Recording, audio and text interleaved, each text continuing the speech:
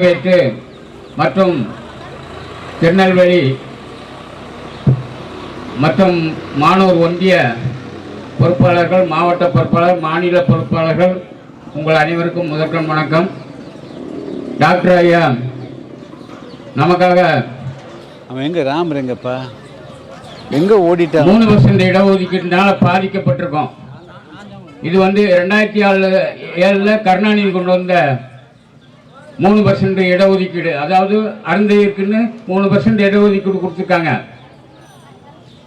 அதனால் அந்த 3% போக 15%லையும் அவங்களுக்கு முன்னுரிமை கொடுக்குறாங்க. இதுக்காகத்தான் தலைவர் அவர்கள் போராடிக்கிட்டு இருக்காங்க. இந்த 15% உள்ளூர் 15%லையும் நம்ம அவங்க பங்கு கொடுப்பதால் சிவகுமார் வந்துக்கிறேன்னா தேவேந்திர வேளாளர்கள் மற்றும் ஆதிராவிட மற்றும் 73 ஜாதி பாதிக்கப்பட்டிருக்கு. நம்முடைய இளைஞர்கள் இப்போதைக்கு அரசு வேலையை நினைச்சு பார்க்க முடியாது. இதெல்லாம் விலைக்கு தலைவர் அவர்கள் போராடிட்டு இருக்காங்க. இதனால அடுத்து நம்ம அரசு வேலையை நினைச்சு பார்க்க வேண்டாம் நம்மளுடைய இளைஞர்கள். ஆகவே நீங்கள் எல்லாம் இளைஞர்கள் ஒற்றுமையா இருந்து தலைவருடைய கரத்தை வலுப்படுத்த வேண்டும். அடுத்து நமது 2026 தேர்தலில் அனைவரும் ஒற்றுமையா இருந்து திருநெல்வேலி தொகுதியிலே நாம் வெற்றி பெற வேண்டும். டாக்டர் ஐயா யாரை கையை காய்க்கிறாரோ, வேட்பாளராக நிறுத்துறாரோ அவரை எம்எல்ஏ ஆக்கி அமைச்சராக்கணும். அப்பனா தான் இந்த சமுதாயத்துக்கு ஒரு பெரிய விடிவு கிடைக்கும் என்று கேட்டுக்கொண்டு எனக்கு வாய்ப்பளித்தமைக்கு நன்றி கூறி விடைபெறுகிறேன். நன்றி, வணக்கம். சிவகுமார் அவர்களை சிறிது உரையாற்ற அன்போடு அழைக்கிறோம். வாங்க. இந்த யாரை கையை காட்டுறாங்கிற வார்த்தையை பயன்படுத்தக்கூடாது, அந்த வார்த்தையை பயன்படுத்தக்கூடாது. எப்பவுமே நம்ம கட்சி அப்படிங்கிறது மட்டும்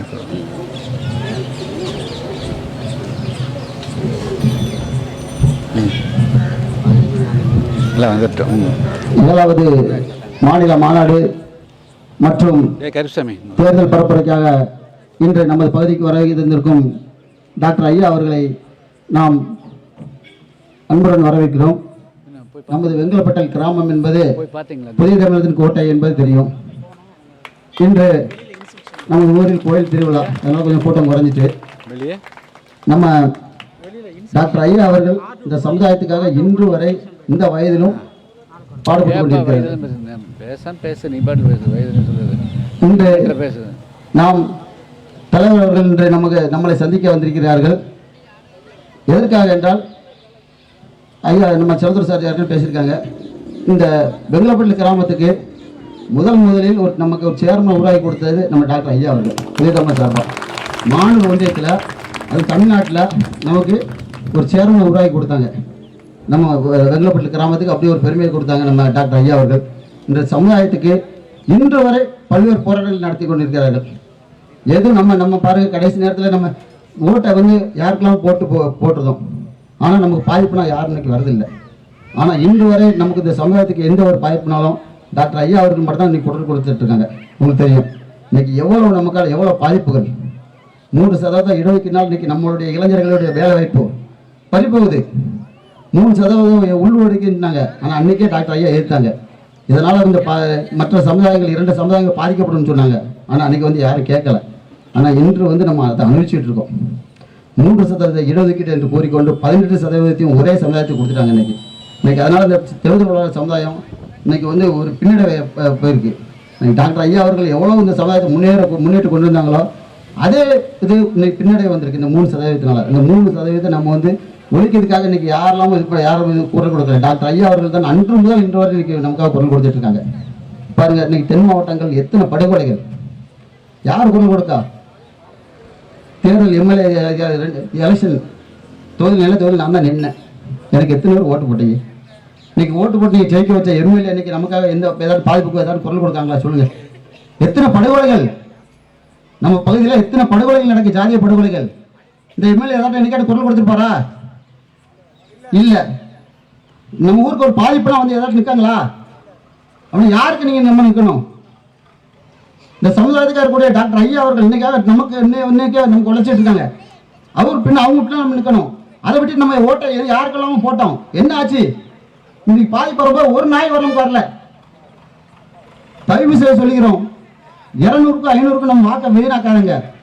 இதனால வந்து நம்மளுடைய சமுதாயமே பின்னடைவு போயிடும். இன்னைக்கு நமக்குன்னு எத்தனை இது ஒவ்வொரு பிரச்சனைக்கும் டாக்டர் ஐயா உடனே ஒரு குரல் கொடுக்காங்க. இன்னைக்கு இந்த தேவதிரோட சமூகத்துக்கு அரசியல் முகவரி கொடுத்தது நம்ம டாக்டர் ஐயா அவர்கள். இல்லைன்னா அந்த அரசியல் இன்னைக்கு வந்து அவன் கண்ட கட்சிக்கு போயிட்டு இருக்கான். இன்னைக்கு இந்த புதிய தமிழ் கட்சி உருவாகி டாக்டர் ஐயா அவர்கள் தமிழ் இந்த புதிய தமிழ் கட்சி இல்லைன்னா ஒன்றும் ஒரு நாள் செய்யிட்டு இருக்காது. இன்னைக்கு ஒரு முகவரி கொடுத்தது டாக்டர் ஐயா அவர்கள். நீ போய் என்ன பண்ணிட போற? அடுத்த கட்சியில் போய் என்ன செய்ய முடியும்? பால் போஸ்ட் ஒட்ட முடியும், வேற என்ன செய்ய முடியும்?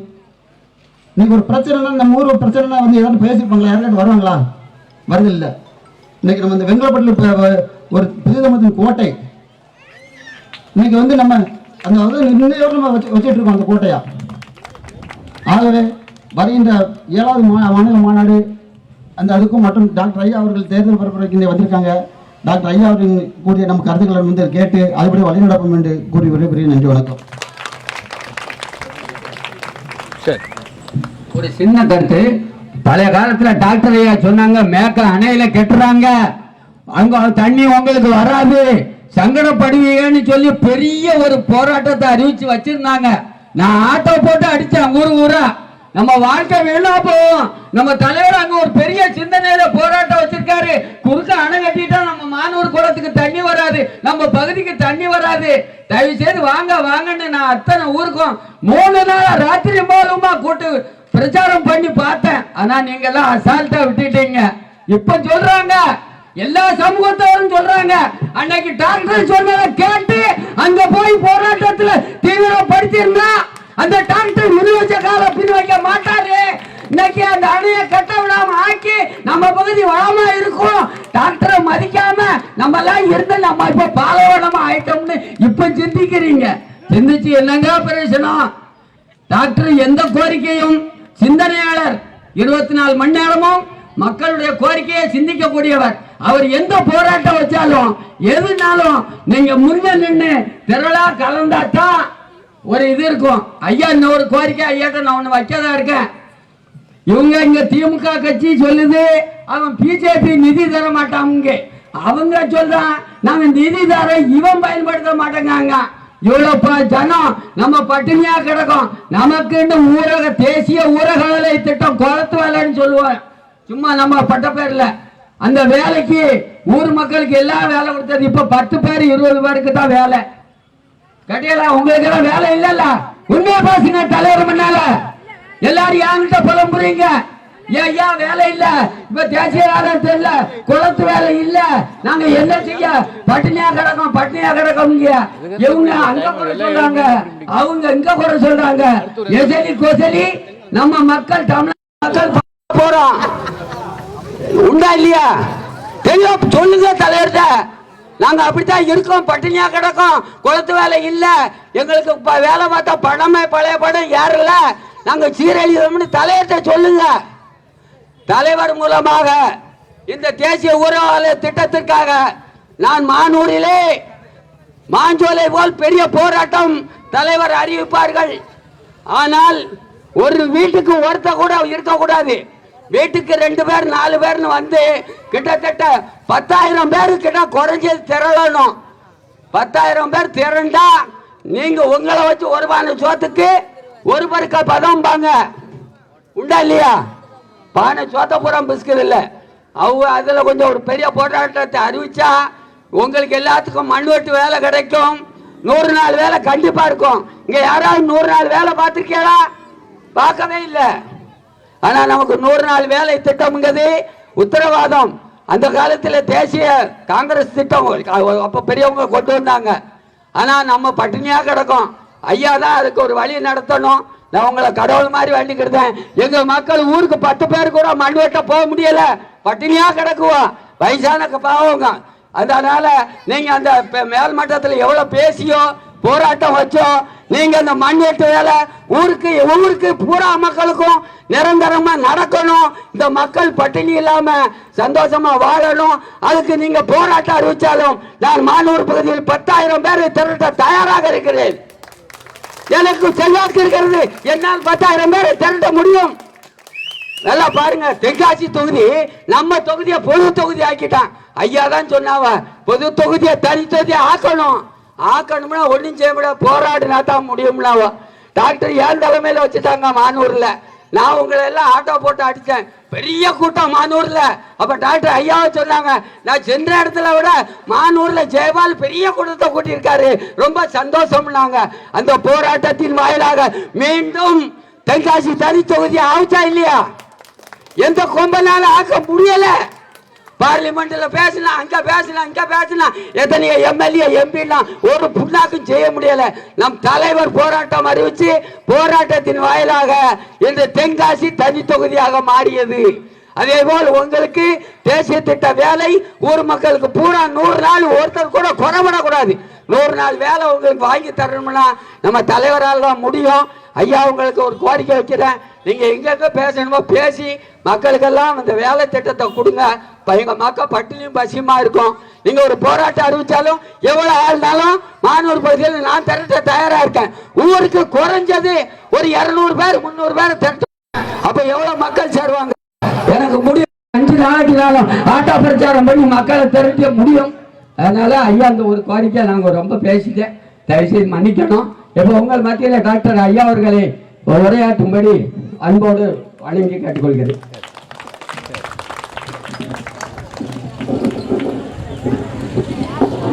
நல்லாவே கேட்டு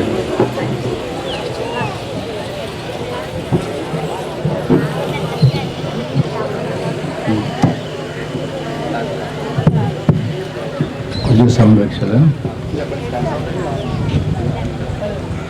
பெண்கள் பெண்கள் களம் அனைவருக்கும் என்னுடைய முதற்கண் வணக்கம்.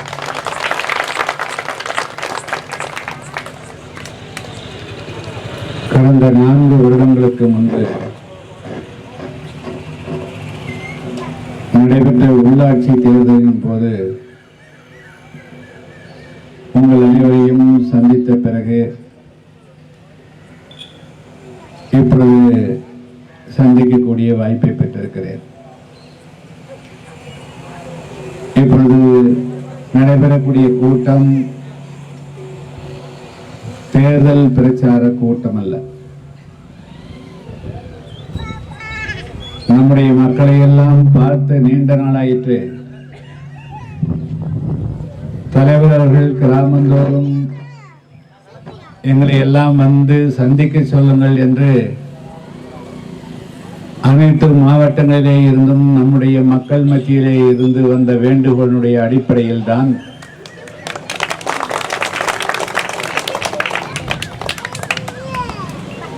கடந்த 9 நாட்களுக்கு முன்பு தூத்துக்குடி மாவட்டத்திலே ஏப்ரல் மாதம் 30ஆம் தேதி என்று பிரச்சாரத்தை துவங்கினேன். அதற்கு பிறகு அங்கு 4 நாட்கள், அதற்கு பிறகு 5ஆம் தேதியும் 6ஆம் தேதியும் நம்முடைய மானூர் ஒன்றியத்தில் சுற்றுப்பிரயாணம், நேற்று 7ஆம் தேதி ஸ்ரீவைகுண்டம் பகுதியில், இன்று மீண்டும் மானூரில் சுற்றுப்பிரயாணத்தை துவங்கி இருக்கிறேன். முதல்ல துலுக்கர்பட்டி, அதற்கு பிறகு ரஸ்தா, 3வது நிகழ்ச்சியாக நம்முடைய வெங்கல்பட்டு கிராம மக்களை எல்லாம் சந்திக்கக்கூடிய வாய்ப்பை பெற்றிருக்கிறேன்.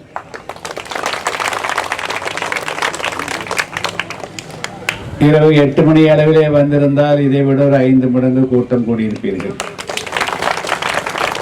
ஆனால் இன்று 17 கிராமங்களுக்கு நிகழ்ச்சிகளை ஏற்பாடு செய்திருக்கிறார்.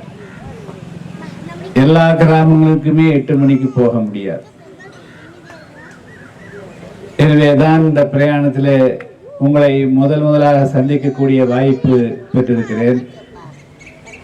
வெங்கல்பட்டதுக்கு என்றுமே சில நல்ல அம்சங்கள் உண்டு. நான் இறங்கிய போது 10 பேர் இருந்தார்கள். 10 நிமிடத்தில் 100க்கும் மேற்பட்டவர்கள் கூடக்கூடிய தன்மை இருக்கிறது என்று சொன்னால் அது வெங்கல்பட்டலுக்கு மட்டும்தான்.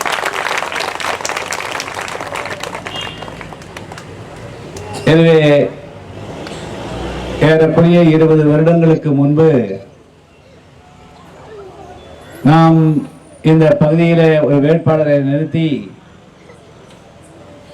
மானூர் ஒன்றியத்தினுடைய சேர்மனே புதிய தமிழகம் கைப்பற்றுவதற்கு நீங்கள் உற்ற துணையாக விளங்கினீர்கள். அது நாடாளுமன்ற தேர்தலாக இருந்தாலும் சரி 98களில், அதற்கு பிறகு 99 நாடாளுமன்ற தேர்தல், 2004 நான் நாடாளுமன்ற தேர்தலில் இந்த தென்காசி தொகுதியிலே அப்பொழுது மானூர் ஒன்றியமும் உள்ளடக்கி இருந்தது. அந்த காலகட்டத்திலே இருந்து ஏறக்குறைய 30 வருடங்களாக எத்தனை முறை சாதாரணமாக வந்தாலும் சரி, பிரச்சாரத்துக்காக வந்தாலும் சரி, ஒரு மாநாடு போல திரளக்கூடியதுதான் நம்முடைய வெங்கல்பொட்டல் கிராமம். அதனுடைய தன்மையிலே இருந்து நீங்கள் மாறவில்லை என்பதற்காகவே நான் நன்றி சொல்ல கடமைப்பட்டிருக்கிறேன். அன்பு சகோதரர் ஜெயபால் அவர்களும் சிவகுமார் அவர்களும் பேசுகின்ற பொழுது நான் நம்முடைய நிர்வாகிகளிடத்திலே பேசிக்கொண்டு இருக்கின்ற பொழுது அவர்கள் கோயம்புத்தூரிலே வந்து என்னை சந்தித்தாலும் சரி, அல்லது சென்னையிலே நம்முடைய கட்சி நிர்வாகிகளிடத்திலே பேசுகின்ற போதும் மானூர் ஒன்றியத்தை பற்றி பேசுகின்ற பொழுது வெங்கல்பொட்டலை பற்றி பேசாத நாள் இல்லை. எனவே அந்த அளவிற்கு நம்முடைய வெங்கல்பொட்டல் கிராமம் வேறு புதிய தமிழகம் கட்சி வேறு என்று இல்லாமல் நீங்கள் அனைவருமே புதிய தமிழகமாக இருப்பதிலே நான் சந்தோஷம் அடைகிறேன். நாம் என்றென்றும் நம்முடைய கட்சியாகத்தான் இருந்திட வேண்டும். நாம் ஒற்றுமையாக இருக்கின்ற வரையிலும் தான் நமக்கு மதிப்பு வரும், மரியாதை வரும், பாதுகாப்பும் வரும். நம்முடைய ஒற்றுமையிலே சிறிது குறைபாடு ஏற்பட்டாலும், கொஞ்சம் விலகி சென்றாலும் அதற்கான பாதிப்புகள் வந்தே தீரும். ஒற்றுமையாக இருக்கின்ற காலகட்டத்தில் நாம் சாதித்தவைகள் பல. குறிப்பாக 96 முதல் 2001 வரையிலும் சட்டமன்ற உறுப்பினராக இருந்த நேரத்தில் ஆயிரக்கணக்கான கிராமங்களில் நம்முடைய மக்கள் வேறு எந்த இயக்கத்தை பற்றியும் கூட சிந்திக்காமல் ஏதோ கண்ணில், அதாவது விரல்விட்டு எண்ணக்கூடியவர்கள் மட்டுமே வேறு கட்சியிலே இருந்திருப்பார்களே தவிர அனைவரும் புதிய தமிழகமாகத்தான் இருந்திருப்பார்கள். அந்த வலுவினுடைய அடிப்படையில், அந்த பலத்தினுடைய அடிப்படையில் தான் நான் ஒரு சட்டமன்ற உறுப்பினராக இருந்தாலும் கூட எண்ணற்ற சாதனைகளை நம்மால் செய்ய முடிந்தது. குறிப்பாக நம்முடைய மக்களுக்கான வேலை வாய்ப்பு குறித்த வெள்ளை அறிக்கையை சட்டமன்றத்திலே போராடி பெற முடிந்தது என்று சொன்னால் நீங்கள் மிகப்பெரிய பின்பலமாக இருந்த காரணத்தினால்தான். அதே போல சுந்தரலிங்கத்தினுடைய பெயரிலே போக்குவரத்து கழகம் அமைக்க முடியாத போது மற்ற போக்குவரத்து கழகங்களுடைய பெயர்களையும் நீக்க வேண்டிய சூழல் வந்ததும் உங்களுடைய பின்பலத்தால் தான். மாஞ்சோலை தேயிலை தோட்ட தொழிலாளர்களுக்கு 50 ரூபாய்க்கும் குறைவாக சம்பளம் கொடுத்து கொண்டிருந்தார்கள்.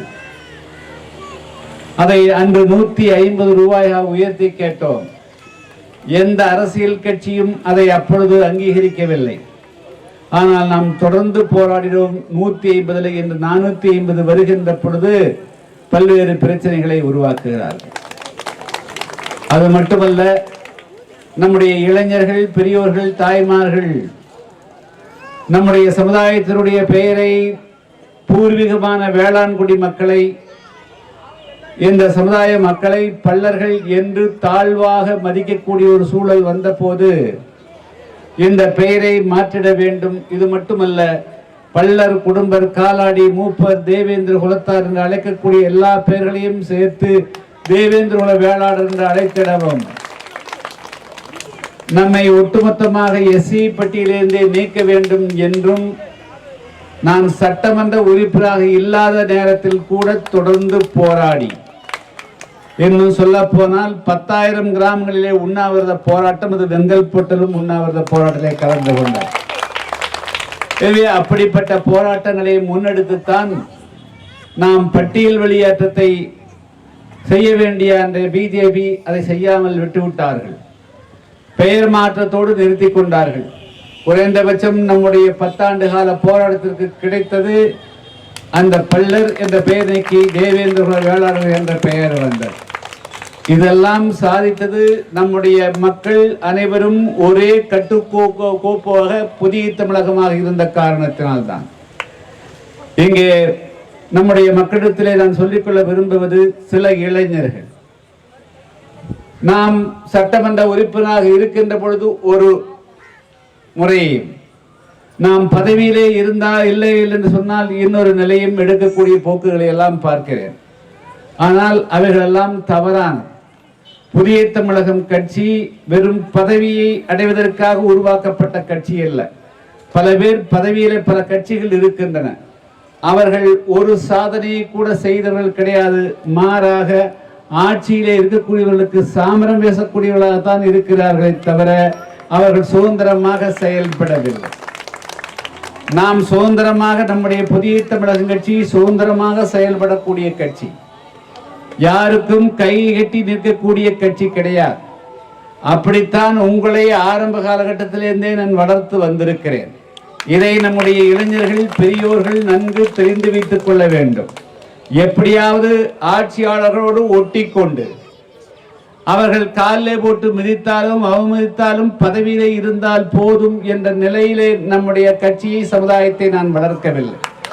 தனியாக இருந்தாலும் 4 பேராக இருந்தாலும் சிங்கமாக இருந்திட வேண்டும் என்றுதான் நான் உங்களை எல்லாம் வளர்த்திருக்கிறேன். எனவே இப்பொழுது அடுத்த கட்டத்திற்கு நாம் செல்லவிருக்கிறோம். 2026 ஒரு வருடத்திலே சட்டமன்ற தேர்தல் வரவிருக்கிறது. கடந்த காலங்களிலே நாம் 2001 ஒரு 10 தொகுதியிலே போட்டியிட்டோம். அதற்கு பிறகு 4 தொகுதியிலே போட்டியிட்டோம். 2021 63 தொகுதிகளே போட்டியிட்டோம். அதில் தான் நம்முடைய தம்பி சிவக்குமார் அவர்கள் இங்கு நெல்லையிலே போட்டியிட்டார். நம்முடைய மக்கள் நாம் எதிர்பார்த்த ஆதரவுகளை கொடுக்கவில்லை. அங்கேதான் நாம் தவறு செய்து விடுகிறோம். எந்த சூழ்நிலையும் ஒரு கட்சி சூழ்நிலையை அனுசரித்து போட்டியிடும். ஏன் நான் 2021 கூட்டணிக்கு செல்லவில்லை? எப்படியோ பாதியாவது கிடைத்தது, கால்வாசியாவது கிடைத்தது என்று ஆதரவு தெரிவித்துவிட்டு நானும் புகழ்ந்து பாராட்டி சால்வியை அணித்திருந்தால் 2021 4 வருடங்களுக்கு முன்பு நான் ஒரு கூட்டணிக்குள்ளே சென்றிருக்க முடியும். ஆனால் நாம் பட்டியல் வெளியேற்ற கோரிக்கையை முன்வைத்துத்தானே 10 ஆண்டு காலத்துக்கு மேலாக போராடினோம். அந்த வாக்குறுதியானே கொடுத்தார்கள். ஆனால் அதை நிறைவேற்றாமல் வெறும் பெயர் மாற்றத்தோடு நிறுத்தி கொண்டீர்களே. நான் அந்த மக்களிடத்திலே சென்று என்ன சொல்லுவேன்? பட்டியல் மாற்றம் என்ன ஆயிற்று என்று மக்கள் கேட்டால் என்ன பதில் சொல்ல முடியும்? நீங்கள் அறிவித்து விட்டீர்கள். ஆனால் மக்களிடத்தில் செல்கின்ற பொழுது அவர்கள் 4 இளைஞர்கள் கேட்டால், ஐயா நீங்கள் பட்டியல் மாற்றம் தானே வாங்கி கொடுப்பதாக சொன்னீர்கள், ஆனால் இவர்கள் பெயர் மாற்றம் தானே கொடுத்திருக்கிறார்கள் என்று கேட்டால் என்னால் என்ன பதில் சொல்ல முடியும்? அதன் காரணமாகத்தான் நான் முக்கியமான ஒரு கோரிக்கையை வைத்தேன். என்ன கோரிக்கை? பிஜேபி அரசாங்கம், அதிமுக இப்படி முதற்கட்டமாக பெயர் மாற்றம் செய்திருக்கிறோம். அடுத்த 2 வருடத்தில் 3 வருடத்தில் நிச்சயமாக பட்டியல் மாற்றம் செய்து கொடுப்போம் என்று வாக்குறுதி கொடுத்தால் கூட்டணிக்குள் வர தயார், இல்லை என்றால் தனித்து போட்டியிடுவோம் என்று 2021 63 தொகுதிகளிலே போட்டியிட்டோம். தன்மானத்தோடு போட்டியிட்டோம். நம்முடைய மக்கள் நம்முடைய கட்சியினுடைய முடிவோடு கலந்திருக்க வேண்டும். அதுதான் சரியாக இருந்திருக்க முடியும். இருந்தாலும் கூட அந்த நேரத்தில் பெரிய குழப்பம் செய்து விட்டார். நாம் தனித்து போட்டியிடுகிறோம், வெற்றி பெற மாட்டோம். அதிமுக காரன் என்ன செய்து விட்டான்? அவன் டாக்டர் கிருஷ்ணசாமி அவர்கள் ஓட்டை பிரித்து விட்டால் திமுக ஜெயித்து விடும் என்று அவர்கள் பிரச்சாரம். திமுக காரன் காசை கொடுத்து வேறு விதமாக ஓட்டு. இப்படியாக ஒவ்வொருவராக மக்களை குழப்பியனுடைய விளைவாக மக்களால் ஒரு தெளிவான முடிவெடுக்க முடியாமல் 2021 எப்படியோ தேர்தல் முடிந்தது. நான் இந்த நேரத்தில் நம்முடைய மக்களை பார்த்து கேட்டுக்கொள்கிறேன், நீங்கள் எப்பொழுதும் தலைவரிடத்திலே இருந்து நம்முடைய கட்சியிலிருந்து என்ன உத்தரவு வருகிறதோ அந்த உத்தரவுப்படி நடப்பதற்கு நாம் தயாராக இருக்கிறோம். அப்பொழுதுதான் நாம் முன்னேற முடியும், நாம் உயர முடியும். இங்கே சிவக்குமார் அவர் சொன்னது போல கடந்த தேர்தலில் ஓட்டு வாங்கி சென்றார். ஒவ்வொரு முறையும் அவர்கள் நிற்கின்ற பொழுதெல்லாம் மதிகட்டான் கால்வாயை வெட்டி இங்கே மானூர் குளத்திற்கு கொண்டு வருவோம் என்று சொல்லுவார்கள். ஆனால் மதிகட்டான் கால்வாய் இங்கே வந்ததா? திட்டம் நிறைவேறியதா? அது நிறைவேறவில்லை. ஆனால் அதன் காரணமாகத்தான் இப்பொழுது நான் ஒரு முடிவெடுத்திருக்கிறேன். ஒரு ஐயா அமைதியா பாருங்க, ஐயா அமைதியா பாருங்க, ஏன் டிஸ்டர்ப் பண்ற? அமைதியா அமைதியா இருப்பா சார். ஆமா பேசாம அமைதியா இருக்கு. நல்லா தான் தந்தாரு. மதிகட்டான் கால்வாய் திட்டத்தை உட்காருமா, ஒண்ணு விட்டுருமா, கொஞ்சம் ட்ரிங்க்ஸ் இருக்காது. அமைதியா இருங்க. அந்த திட்டத்தை கொண்டு வருவோம் என்று வாக்குறுதி கொடுத்தார்கள். ஆனால் யாரும் அதை நிறைவேற்றாமல் விட்டு விடுகிறார். ஆனால் இங்க பாருங்க, அதை விட்டுருங்க. அவர் சும்மா பேச தள்ளி தூரமா தூக்கிட்டு கூட்டிட்டு போப்பா. அங்கேயே பேசுனா டிஸ்டர்பன்ஸ் ஆகுதுல்ல. எனவே நம்முடைய மானூர் பகுதி வறட்சியாக கிடக்கிறது. இங்கே நல்ல வேலை, நம்முடைய மக்கள், தாய்மார்கள், இளைஞர்கள், பெரியோர்கள் தயாராக இருந்தாலும் கூட இங்கு ஒரு தொழிற்சாலை, ஒரு இளைஞர் பெண்களுக்கு, இளைஞர்களுக்கு வேலை வாய்ப்பை கொடுக்கக்கூடிய ஒரு தொழிற்சாலை கூட இந்த பகுதியிலே இல்லை. விவசாயம், சொந்த நிலம் இருக்கிறது, ஆனால் சரியாக மழை பெய்வதில்லை, நீர்ப்பாசனம் கிடையாது என்ற கோரிக்கை, என்ற ஆதங்கம், என்ற வேண்டுகோள் நீண்ட நாளாக இருக்கிறது. ஆனால் இதெல்லாம் நிறைவேறக்கூடிய காலகட்டம் வரும். அதன் காரணமாகத்தான் இங்கே நம்முடைய தாய்மார்கள் உன்னிப்பாக கவனிக்க வேண்டும். 2026 நாம் வைக்கக்கூடிய கோஷம் ஆட்சியிலும் பங்கு, அதிகாரத்திலும் பங்கு. என்னது? இனிமேல் மற்றவர்களுக்கு ஓட்டு போட்டு விட்டு கைகட்டி அண்ணாந்து பார்க்கக்கூடிய காலகட்டம் இல்லை. நாம் அமைச்சரவைக்குள்ள போறதுனா தான் கூட்டணியே, இல்லைன்னா கூட்டணியே கிடையாது. ஏன்னா இப்ப நம்ம 10 பேர் சட்டமன்ற உறுப்பினர் 10 தொகுதியில் இருப்போம். அந்த எம்எல்ஏ அந்த பகுதிக்கு தான் நன்மை செய்ய முடியுமே தவிர தமிழ்நாட்டிற்கு அனைத்து மக்களுக்கும் எந்த காரியம் செய்ய முடியாது. அதே சமயத்தில் நம்முடைய கட்சியின் சார்பாக 2 அமைச்சர் இருந்தால் தமிழ்நாட்டிற்குரிய அனைத்து மக்களுக்கும் எல்லா நன்மையும் செய்துவிட முடியும். மாவட்ட அமைச்சர்கள் வந்தா மாவட்ட ஆட்சியர்கிட்ட பேச முடியும், எஸ்பி கிட்ட பேச முடியும், எல்லா துறையிலும் வாட்டர் டிபார்ட்மெண்ட் பேச முடியும், வெட்டினரி டிபார்ட்மெண்ட் பேச முடியும். அப்போ நம்முடைய இளைஞர்களுக்கு, பெரியோர்களுக்கு வேலை வாய்ப்புகள் முதல்ல பாதுகாப்பு நிச்சய உறுதியாக கிடைக்கும். அதே போல் நம்முடைய சமுதாயத்தில் உயர்வதற்கான திட்டங்களை நாம் பார்த்து எந்த திட்டங்கள் எல்லாம் அறிவித்தால் அதை செயல்படுத்தினால் இந்த மக்களுக்கு உயிர் கிடைக்கும் என்று சொல்ல முடியும். எனவேதான் 2026 தேர்தல் என்பது மிக முக்கியமான தேர்தல். கடந்த கால தேர்தலை போல் அல்ல. நம்முடைய சமுதாயம் இந்த தென் தமிழகத்தில், தமிழ்நாட்டில் 1, 2, ஒரு 3 சமுதாயத்தில் மிக முக்கியமான சமுதாயம் தேவேந்திர குல வேளாளர் சமுதாயம். அப்படி இருந்தும் கூட நமக்கான ஆட்சி பங்கு, உரிய பங்கு கிடைக்காத காரணத்தினாலே, அதிகாரம் கிடைக்காத காரணத்தினாலே நம்முடைய மக்களுக்கான எந்த திட்டத்தையும் நாம் நடைமுறைப்படுத்த முடியாமல் போகிறது. வெறும் சட்டமன்றத்தில் வெறும் எம்எல்ஏ என்ன செய்ய முடியும்? பேசத்தான் முடியும், செய்ய முடியாது. எனவேதான் 2026 நம்முடைய தேவேந்திர குல மக்களும் அதிகாரத்துக்கு வர வேண்டும் என்ற முழக்கத்தோடு நாம் தேர்தலை சந்திக்கவிருக்கிறோம். நம்முடைய தாய்மார்கள், பெரியோர்கள், இளைஞர் நண்பர்கள் தயவுகூர்ந்து இதனுடைய உள்ளார்ந்த கருத்துக்களை புரிந்து கொண்டு நீங்கள் அனைவரும் ஒற்றுமையா இருக்கணும். ஊர்ல பல பேர் பல இயக்கங்களுக்கெல்லாம் போறீங்க, அதெல்லாம் பிரயோஜனம் இல்லை. அதெல்லாம் எந்த விதத்திலும் இந்த சமுதாயத்தோட நன்மைக்கு பயன்படாது. அனைத்து இளைஞர்களும் பெரியோரும் குடிப்பழக்கத்தை அறவே தவிர்த்திடுங்க. அது இந்த சமுதாயத்தை இன்னும் சொல்ல போனால், நீங்க புத்தகத்தில் எழுதிக்கிறீங்க இது சேர சோழ பாண்டிய வம்சம்னு சொல்றீங்க, நாங்க தான் அந்த நாட்டை ஆண்டவன்னு சொல்றீங்க. நாட்டை ஆடுறவங்க குடிச்சு ஆடுனா எப்படி நாட்டை ஆள முடியும்? இப்ப அவர்கிட்ட நாட்டை கொடுத்தா எப்படி நாடு இருக்கும்? அவர் மந்திரியா இருந்தாருன்னா நாடு எப்படி இருக்கும்? அதனால சேர சோழ பாண்டியன்னு சொன்னா அந்த நிலைக்கு வரணும். அப்படின்னா நம்ம கிட்ட கட்டுப்பாடு வரணும்.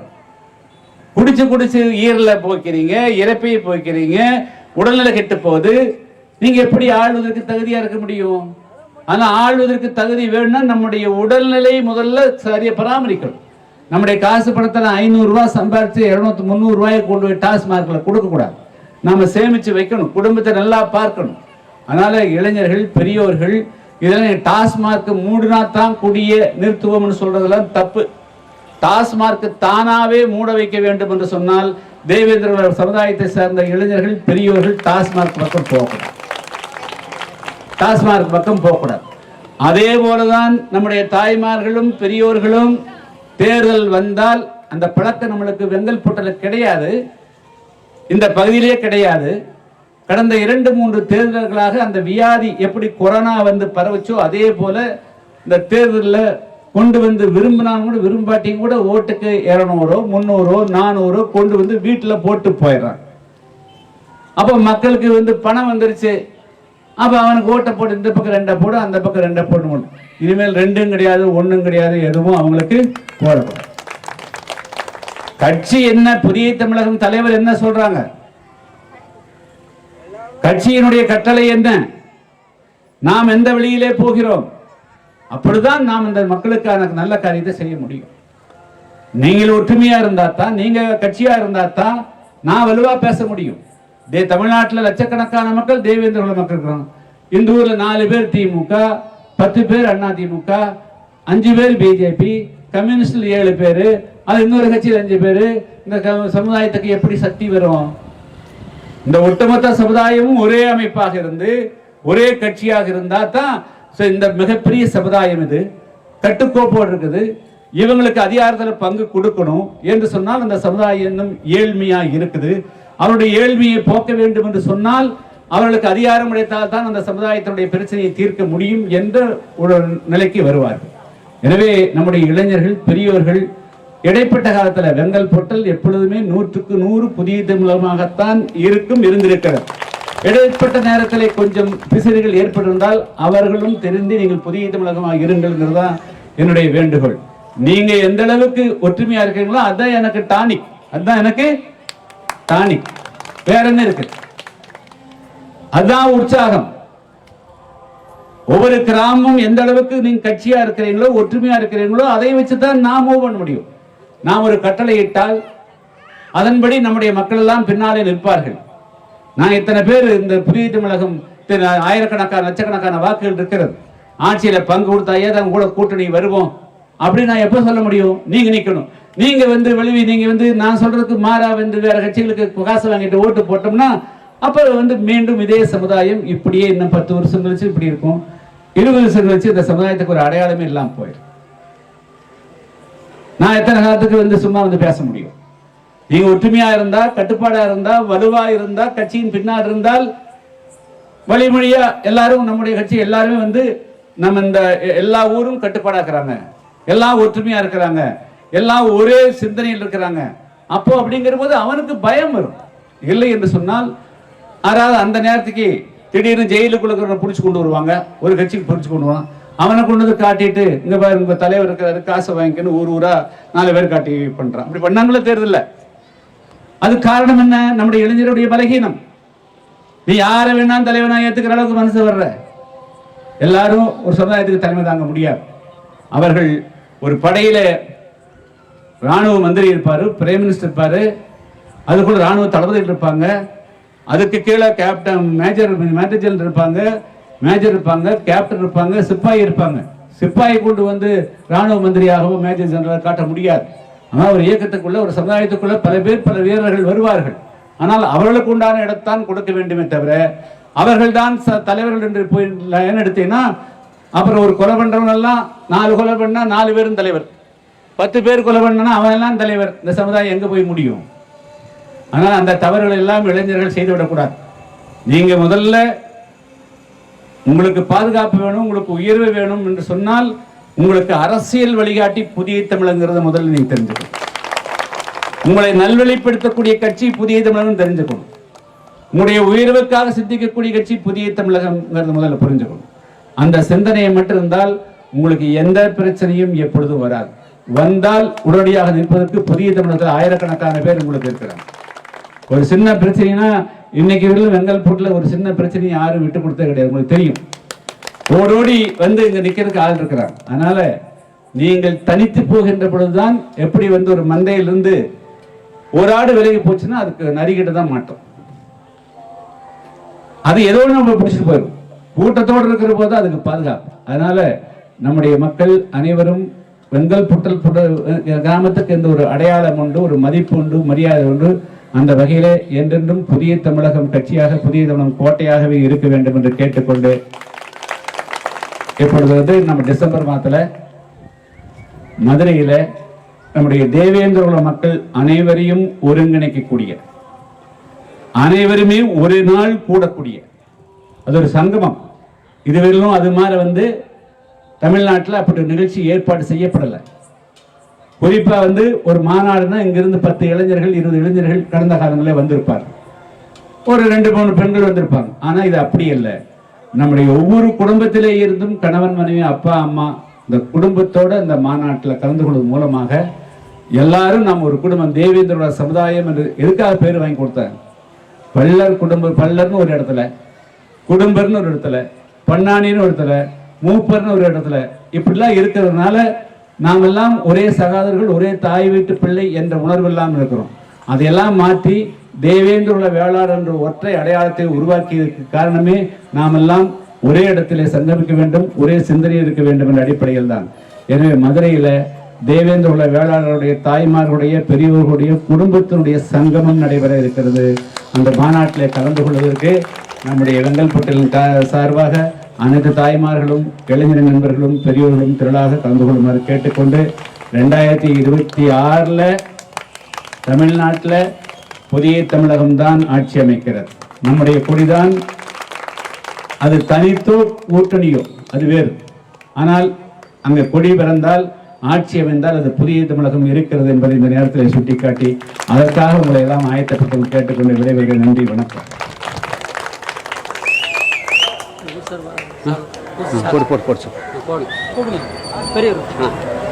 ஐயா நாட்டாம சால்வை போடுறவங்க வந்து போடுங்க, நேரம் காலம்